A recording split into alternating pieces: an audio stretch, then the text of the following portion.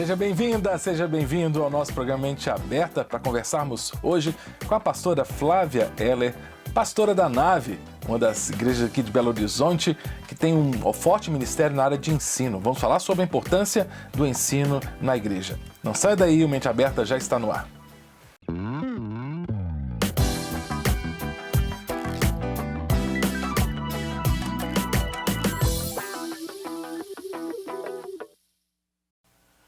Quero agradecer a pastora Flávia por vir nos ajudar aqui no Mente Aberta a abrirmos nossa mente para a importância do ensino. Flávia, obrigado, querida, por vir ao programa. Meu Deus, eu que agradeço, né?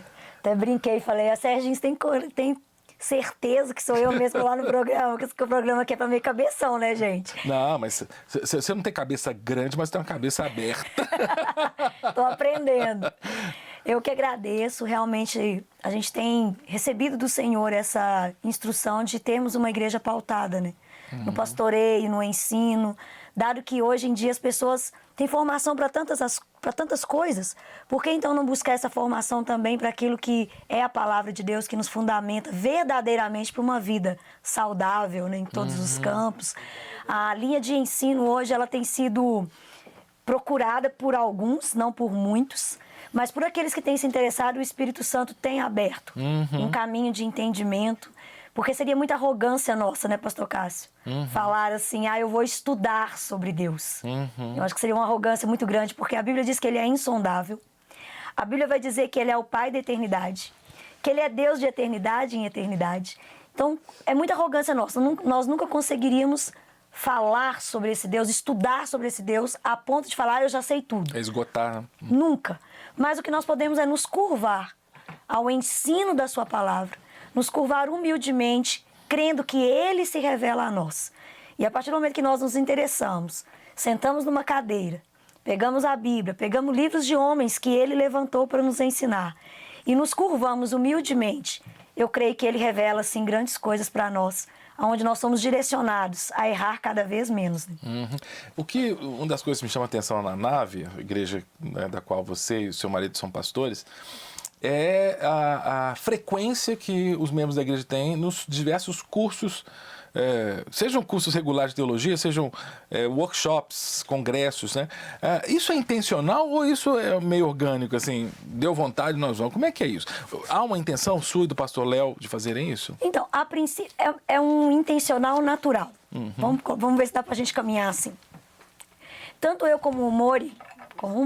Explica, porque estamos em rede nacional. Não, a primeira vez que a pastora Flávia chegou, né, ela foi nossa aluna no Seminário Carisma, né, e aí, primeira aluna da Silvia, né, falou, tem uma pastora, que é uma igreja, explicou onde era a igreja, né, que agora mudou de lugar, e ela, o marido dela chama-se Mori. Eu falei, gente, Mori? Mori? Tem certeza? É um japonês, né? Não é japonês. Aí explica o que é Mori. Então, gente, Mori vem da abreviação que um bom mineiro come as palavras, né? Então, é de amore. Eu coloquei só Mori, que eu fui abreviando, ficou Mori, mas o nome dele é Leonardo. É o jeito carinhoso que eu chamo. Mas muita gente chama de Mori hoje. É porque eu apresento assim, os próprios alunos, o pessoal da igreja. É dentista, né? Dentista Mori. maga pra ele. Então tá, o horário do Mori é qual horário? Né? E vai fazer a receita, ele, meu nome é Leonardo. Então é Leonardo, viu, gente? Não é Mori. Mori, pra mim, podem chamar de Leonardo, de Mori, de Léo. O que quiser. Mas até nós dois, a gente sempre gostou muito de ler, de estudar. E claro, a igreja tem a identidade do pastor, né? Então, por esse campo pode ser intencional. O campo que eu vou falar que vai fluir pro natural é o ponto que a gente incentiva, eu creio que mais com a nossa postura. Então, por exemplo, eu faço um curso, eu aprendo uma matéria, eu fico em chamas com aquela matéria e eu quero transmitir aquilo para alguém. E eu falo, gente, eu aprendi uma coisa, eu quero trazer para vocês, vamos montar uma turma, vamos fazer uma grade de aula. Aí vem. Eu creio que o mestre, ele vai ter esse sentimento que é transferível para o aluno. A igreja 100% está numa sala de aula? Não. A gente respeita esses que ainda estão nesse processo ou que nem gostam. Mas, graças a Deus, o ano passado nós somos uma igreja efetivamente com membros, 40 e poucos membros. Membros e frequentadores chegam a uns 80 pessoas. Nós tivemos uma formatura com 20 pessoas em dezembro do ano passado. De cursos que a gente dá ao longo, que a gente tem a escola da Nave. Então, a gente divide em 4 etapas.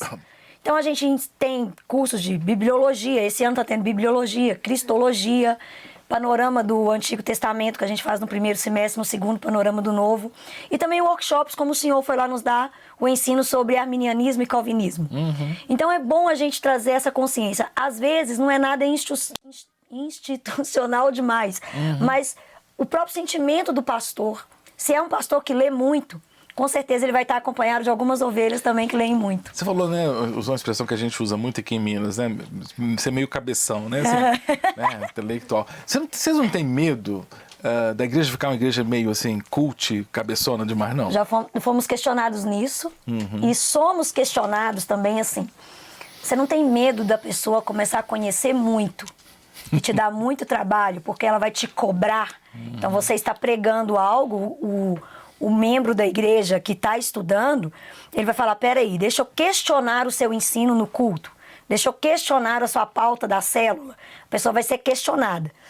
E a gente é muito tranquilo com isso, porque a gente busca no Senhor todos os dias. Claro, tem que guardar o coração, porque eu tive até na faculdade, eu tive um vídeo que eu recebi de um professor, de um teólogo americano, ele está com 78 anos, um senhorzinho, e ele falando humildemente, eu estudo a Bíblia há 62 anos, e eu aprendi que o ensino é viciante. E um problema desse vício é que ele te leva para a arrogância. Ah, sim. Então a gente pede sim para o Senhor guardar o nosso coração nesse caminho de aprender querendo aprender mais. Não aprender para achar que já sabe, para ser juiz do outro, para sentar num culto, avaliar uma ministração, o que o Espírito está falando comigo. E não o que eu vou precisar pautar para depois ir lá criticar que a sua pronúncia do hebraico estava errada. A sua colocação do grego não é essa. O seu português não é esse, não. Ter a humildade para sentar e ouvir o que o Espírito fala. Então, de repente, a gente tem esse equilíbrio da palavra e do Espírito. Se ao longo da história da igreja nós tivemos pessoas humildes que conseguiram isso, Deus não faz acepção de pessoas. Eu oro para que a nave, porque a gente também não tem alunos só da nave, pastor Cássio. Sim, sim. Nós temos pastores, amigos também de pequenas congregações que enviam seus membros para lá. E a gente nunca trabalha a cabeça desses membros para irem para a nave. Pelo contrário, a gente sempre fala, Deus está te trazendo aqui para você levar. Na nave a gente dá uma base. Então eu fiz uma oração quando eu conheci o Carisma. Falei, Senhor, dá-me um aluno formando em todas as formaturas do Carisma. E Deus tem feito isso. Desde que eu me formei, nós temos pessoas da nave que estão se formando. Por quê? Todo semestre entra alguém. Então já tem aluno que está formando no Carisma que já está querendo ir para Batista, para a Faculdade Batista. Então a gente sempre está incentivando esse crescimento. Então a gente fomenta o crescimento na igreja local e também fomenta essa preparação também para eles continuarem crescendo, para estar acessível, né? E carisma que agora você é professora, inclusive, né? Então, rodando todos os carismas aí, né? Meu Deus, eu falo assim, quando Deus me falou isso, eu estava em oração. Deus falou que eu daria aula no Carisma. E eu falei, meu Deus, como eu sou arrogante. Quem sou eu para dar aula no Carisma? Estou aqui aprendendo ainda, tem tanto a aprender. E eu falei, aí foi uma semana Deus falando aquilo comigo, e eu me sentindo assim, sou muito arrogante, é da coisa da minha cabeça. Até que na sexta-feira, que foi ao longo da semana, eu cheguei em casa e falei com o Moro, e falei, olha, Deus tá falando comigo uma coisa muito louca. Porque assim, pra mim o Carisma, ele é um dos referenciais que eu tenho, eu amo a grade do Carisma e tudo. E sempre mandei alunos pra lá. Sim. E aí, o Moro, eu falei, você acredita que Deus tá falando que eu vou dar aula no Carisma? E eu me via lá, pastor Cássio. Me via na plataforma. Eu falava, meu Deus, isso é coisa da minha cabeça, não tem condição, não sou eu. Eu fechava o olho assim pra não ver. E a imagem continuava aqui dentro. Interessante. E eu falei com ele, se for de Deus, vai acontecer. Né? E aconteceu que eu me formei em julho. Na primeira semana de agosto eu já fui convidada para dar uma matéria. E eu não sei explicar, tá acontecendo. Mas o meu coração tá temente lá. Agora é interessante, você falou de arrogância, né? E para quem ensina, né? Porque uma igreja que tem ministério de ensino, e para quem ensina, se avaliar, né, enquanto cristão, se eu não estou sendo arrogante, se o ensino ou se o conhecimento está me ensoberbecendo, isso é chave para o sucesso. E essa semana você me fez um pedido, achei muito interessante, né? Eu achei muito legal, porque foi um sinal de humildade, né? Você nem sabia que eu ia falar isso em rede nacional, né? Mas eu vou falar. Porque a Flávia, essa semana, mandou para mim assim, uma mensagem, pastor Cássio, é que ela está estudando hebraico. Você está estudando diversas disciplinas, mas dentre elas o hebraico, né? E falou assim, pastor Cássio, olha, eu reconheço que eu tô fluindo nas outras, mas hebraica é difícil, e é difícil, né? Eu achei muito legal que você pediu ajuda, assim, eu preciso de um professor... Help! Que me dê uma base para eu poder fluir. Eu acho que essa humildade de reconhecer assim, olha, essa área eu quero crescer, mas eu tenho dificuldade, isso é vital para aprender, né, Flávia? Eu imagino assim que se nós não nos curvarmos aonde nós temos as dificuldades, como que a gente vai conseguir aprender? E eu falei, gente, se eu não buscar ajuda, eu vou ficar nessa matéria, não vou conseguir cumprir o que eu tenho que cumprir. E isso eu não faço só com o hebraico. Por que eu fui estudar no Carisma? Porque eu falei, eu preciso conhecer mais. Então deixa eu assentar para ouvir quem já tem uma caminhada à minha frente. Mesma coisa, fui para a faculdade. Eu quero me assentar. Me deram a possibilidade da convalidação. Que eu faria o que eu faço em 4, eu faria em 1 ano e meio. E eu falei, eu não quero. Eu não quero abortar nenhum processo. Eu quero ter os 4 anos. Ah, mas você já viu o panorama do Antigo Testamento? Eu quero ver de novo. Eu quero estudar de novo. E eu vou falar com o senhor, eu estou aprendendo coisa que eu dou aula de panorama há 6 anos. Eu aprendi coisa que eu não sabia. Então, assim, é muito agregador. E eu creio que a igreja, ela precisa ter essa humildade. Então, a gente dá aula em seminário, ali você tem alunos que não sabem tanto, você tem alunos graduados.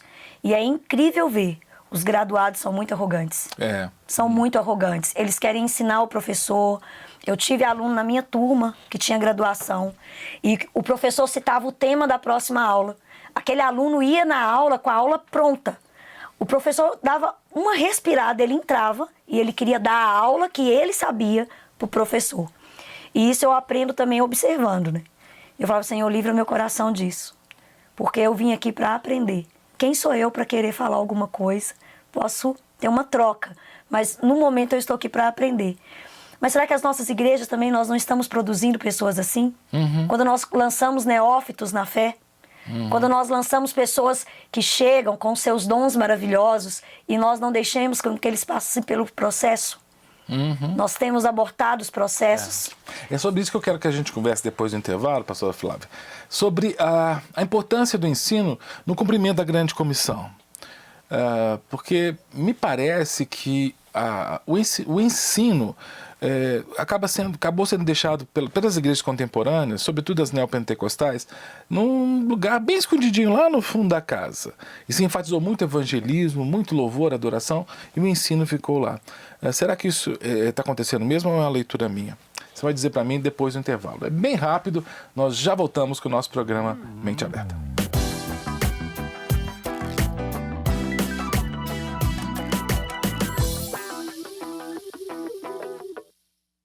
Voltamos com o nosso programa Mente Aberta, recebendo hoje a pastora Flávia Heller, pastora da Nave. Estamos conversando sobre a importância do ensino na vida de uma igreja local. E eu perguntei, pastora Flávia, sobre a forma que muitas igrejas hoje, sobretudo as mega igrejas, têm se dedicado ao ensino. Na realidade, não têm se dedicado ao ensino. Porque de púlpito, via de regra, as mensagens não são mensagens que trazem ensino. São mensagens ou evangelísticas ou de teologia da prosperidade, coisas do tipo. Houve um sacrifício da escola dominical, aquela escola dominical clássica. Não é?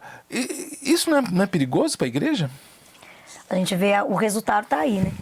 O resultado da nossa igreja imatura mostra o que está acontecendo nesses bastidores. E vamos falar aí dos últimos 40, 50 anos. Os últimos 30, 20 piorou bastante. A gente vê uma liderança que não está preocupada na formação dos seus membros. Não está preocupada no investimento para isso. Antes de vir para cá, coincidentemente, eu estava vendo um banner. Um Instagram que eu gosto muito, que é o Brother Bíblia.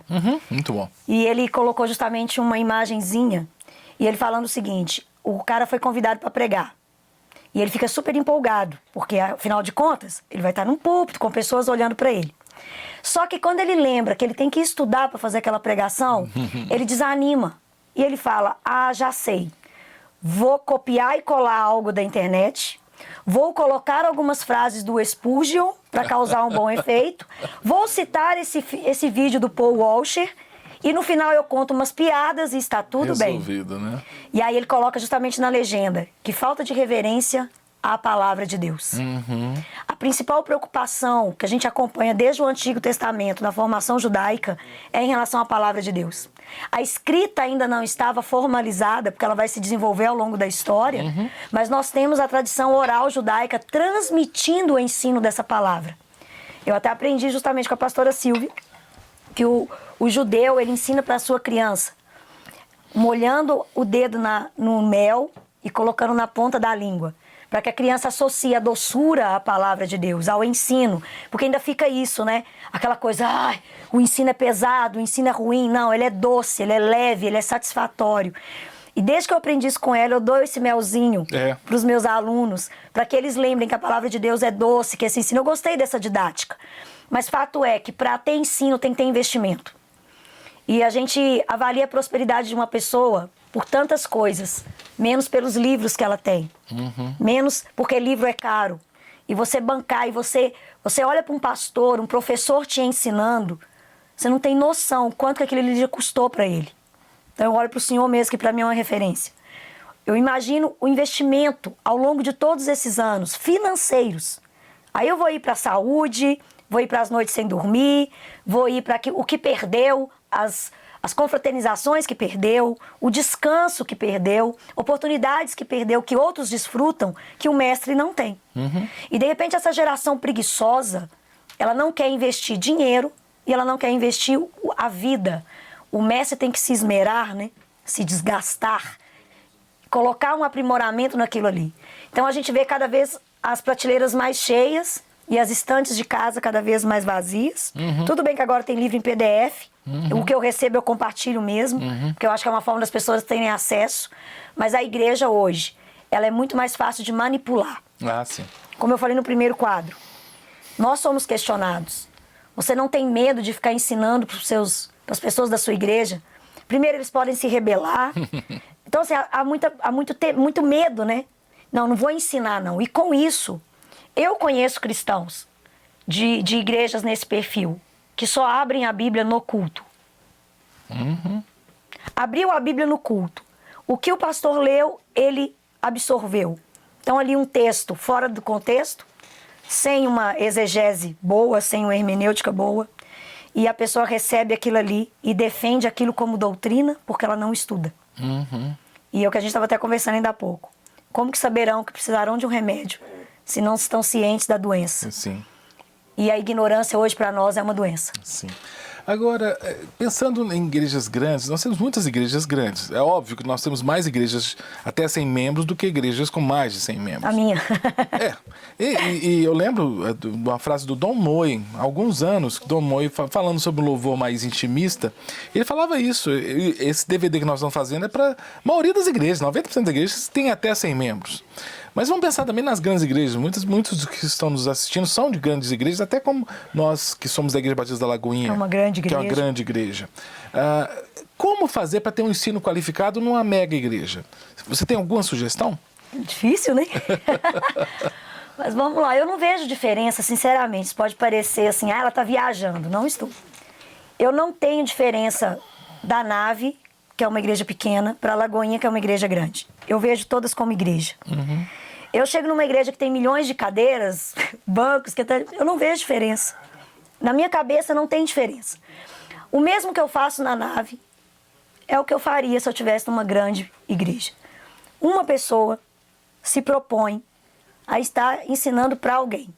E que Deus traga os alunos. Então eu já dei aula muitos anos para um aluno, 2 alunos. Eu tenho alunos que estão comigo que já fizeram o panorama 6 vezes. Era só ele na sala. Então eu faço... A pessoa fala comigo, eu não tenho disponibilidade à noite. Que hora que você pode? Não, eu posso na hora do meu almoço. Então eu monto uma turma. Você vai montar uma turma pra mim na hora do almoço? Vou. Quem vai estar lá? Você.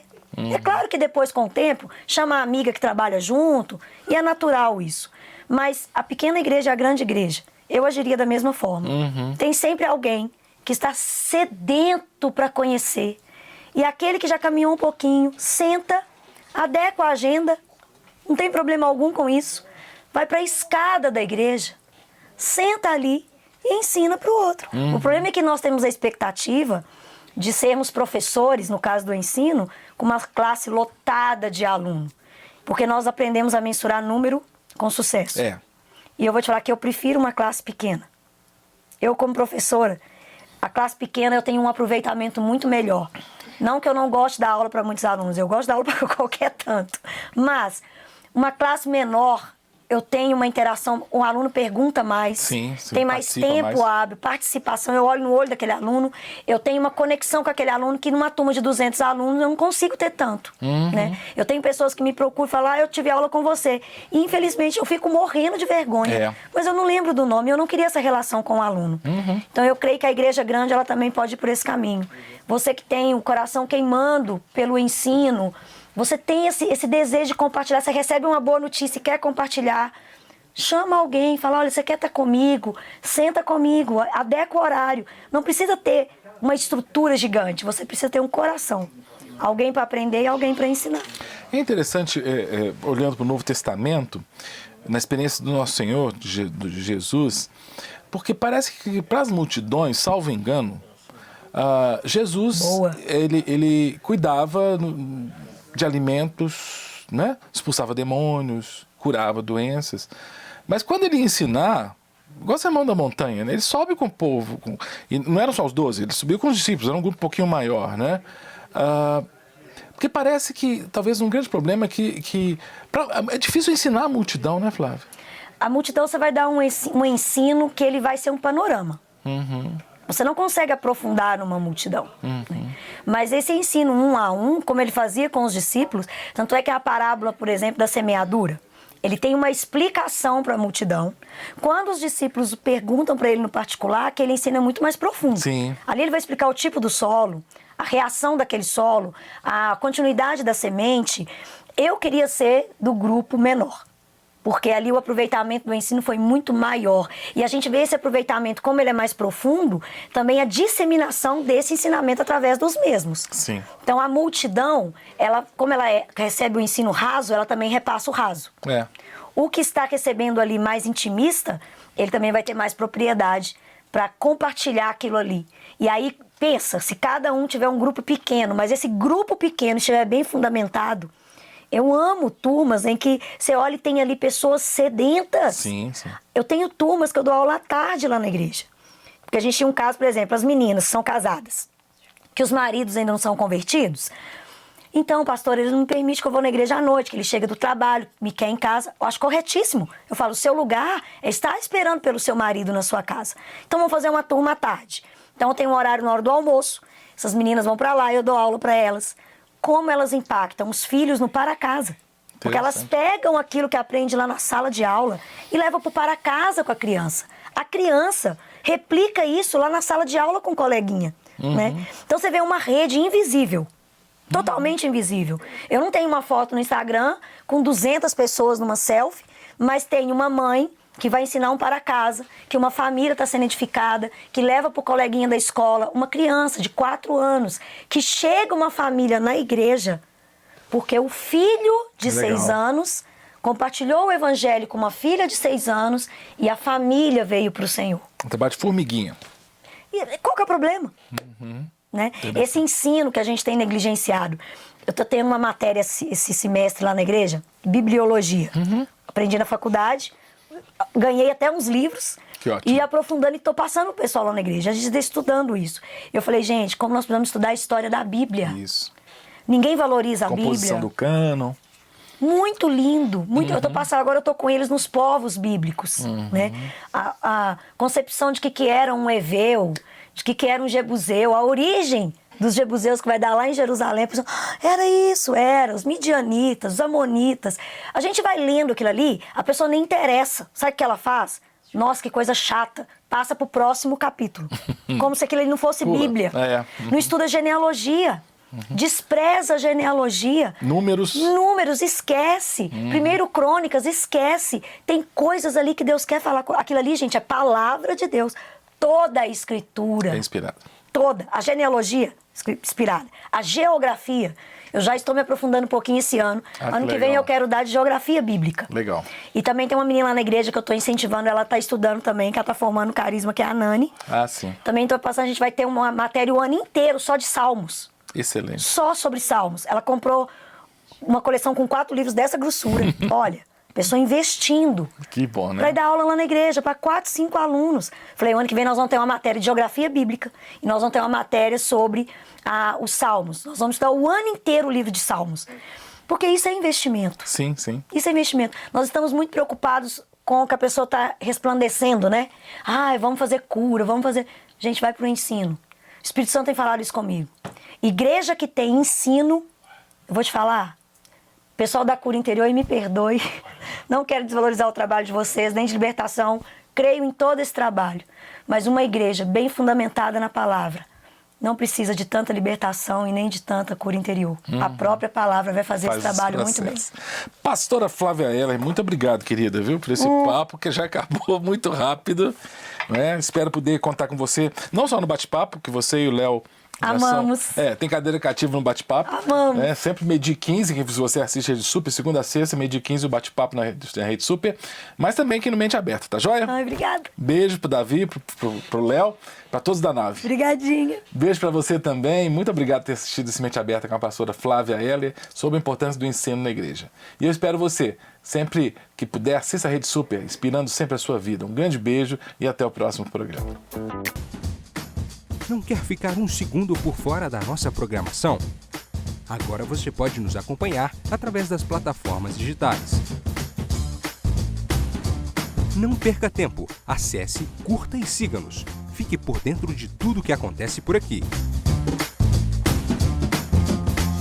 Rede Super, inspirando você.